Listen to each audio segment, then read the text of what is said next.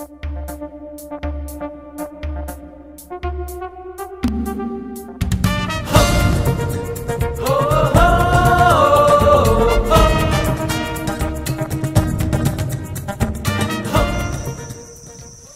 we entered Lake Mburo National Park, which is located in Kiruhura district in western Uganda.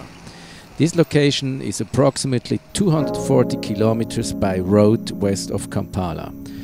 The park has a variety of animals such as zebras, impala, buffaloes and over 300 bird species. At 260 square kilometers, the park is the smallest of Uganda's savanna national parks. The park has campgrounds and permanent tent facilities for visitors.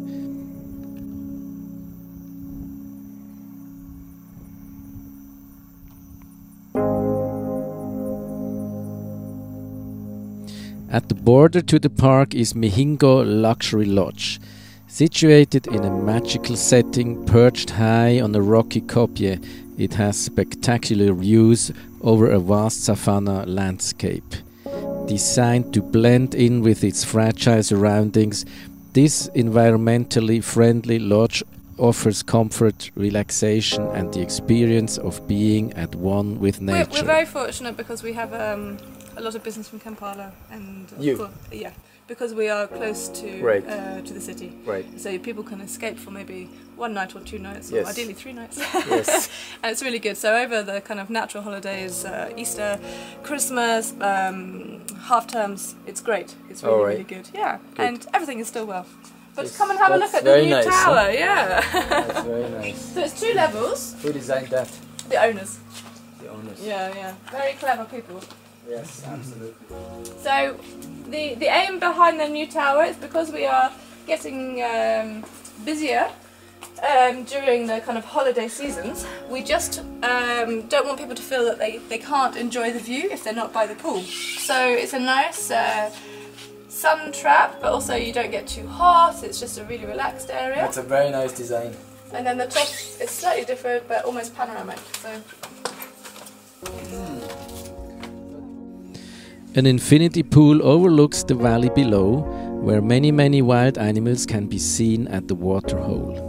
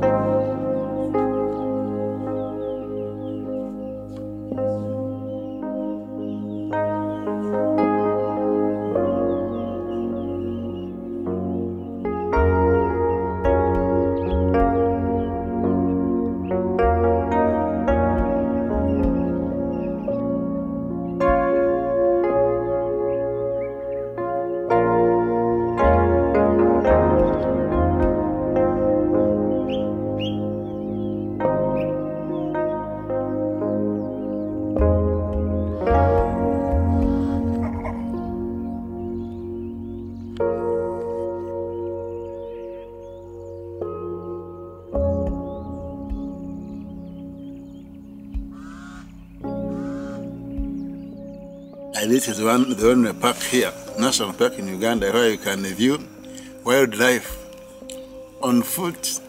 You can walk in the park, no problem. Then on horsebacks, and then on quad bikes. Yeah. And because we don't have dangerous wild animals, there are not many naturalists like the lions and the leopards, so we are quite safe walking around. But last time they gave us a guide, an armed guide we had when we walked down to the lake. Yeah, but at least we are walking. Queen Elizabeth can be very dangerous when in Murchison to walk even 1 mile inside the park on foot, because all of these wild animals are there. But here, you can see people grazing their cow, they move to their gardens. The community is mixed freely with wild animals. We saw the zebras 7 kilometers before the park, 10 in fact, before the park gate. Yeah, you can find the eland, the antelopes, the what, just miles and miles before the park boundary, and people are walking and bothered. And the python? Yeah, we have the python here. Camp. It's no danger for people. It has never killed any person. Yeah. But what do they kill? They kill animals. And one Big time ones? they killed a baboon. That's very big. It was not a big one, but a young one.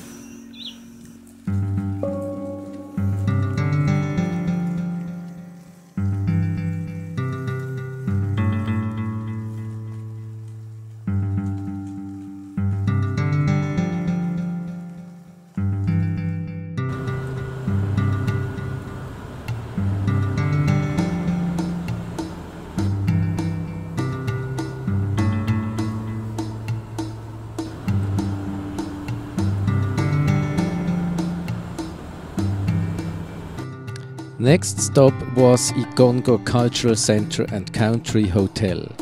Igongo Center is a leading recreational complex comprising of one of the best museums in Uganda.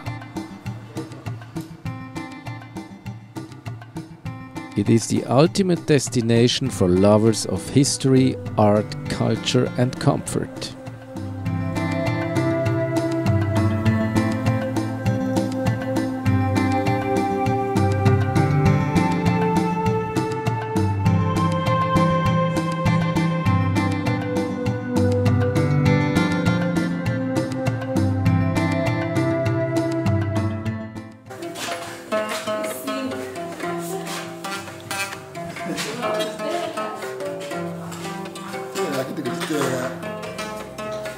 Now let's listen to the great guides we had and learn more about Uganda's culture. Hello, my name is Timothy Arinaitre, a guide at Igongo Culture Center.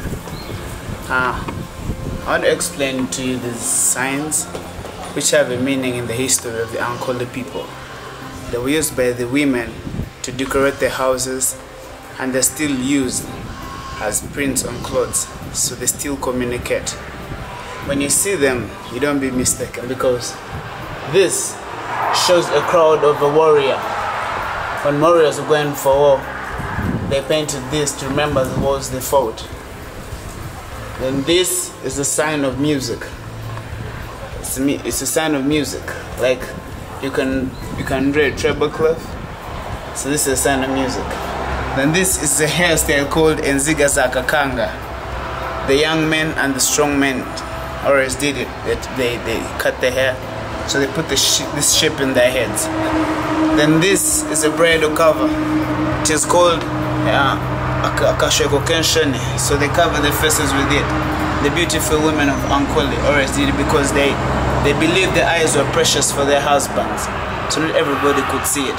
So they always covered their eyes to keep them away from different men who would maybe cause them to cheat on their men. So they covered their eyes. This is a hut which was mainly for the cattle keepers, whereby it's more of temporary, because they used to move from places to places within a shortest time period, like 2 weeks, 2 months. So that's why they are not having permanent houses as the crop farmers. And then they would make in such a way, and then after some months they go to some other places, so that's why it's temporary. Yes, so welcome to the heart of Ankwere cattle keepers, whereby cattle keepers, they were majorly feeding on milk, as we can see the milk vessels right here. And then they would feed on milk majorly. Then if at all they wanted some meat, they roasted from outside. So that's why we are not having fireplaces or cooking stones inside. Then for the fact that they had very many cows, that's why we are seeing the hides and skin around here as carpets of the home. And then we are seeing 2 bedrooms, whereby one is a master bedroom for the parents, then the next is for the girls. That is the girls' bedroom, and then the boys slept in the sitting room here because they were to make clear watch of animals outside or cows outside, and secondly they were seen as the security for the home, so that's why they slept here. Then the girls were always, during the day, they were always expected to sit down very well in an Ankole way, like this. So this is how girls and all women in Ankole sat. They were not supposed to sit anyhow. They sat like this. And then boys sat here. However, the head of the family, the father, sat on the stools, as you can see there. This is the hut for the crop farmers. It looks more permanent than this, because for them they would spend quite a long time in a place, like 2 years, 1 year, until when the soils would get exhausted. So that's why we are seeing them having a permanent house more than this. This is the hut for the crop farmers, whereby for them they do not have animals, so that's why we are seeing mats down as carpets, not hides and skins, as you saw from the cattle keepers. And their staple food, they did not have animals. Their staple food was millet bread, so they would use the grinding stones to make flour, which they would mingle and make millet bread. So this is how they did it. This is how they made a flour out of the grains. And then this is a bedroom for the boys. Boys slept here. Then down, they were always their weapons to fight whenever there was a wild animal outside, or there happened an attack from the enemies. Their weapons were always down. So that's why we are seeing their bed raised. Boys slept here, and the parents slept here, which is a place where we find some secrecy or privacy. So parents slept here, and then the girls slept this side. The girls slept here because they were always the people to prepare meals. That's why we are seeing girls here. So this was the bedroom for the girls, because they were always made to make meals. And this is where this is a pot where they would make their millet bread, which is the staple food for the southwestern part of Uganda, and where they crop farmers. And this is where they organize their things from. For example, as I had said, in the museum, these are their shoes they put on, the sandals. So these are the sandals, and this is a plate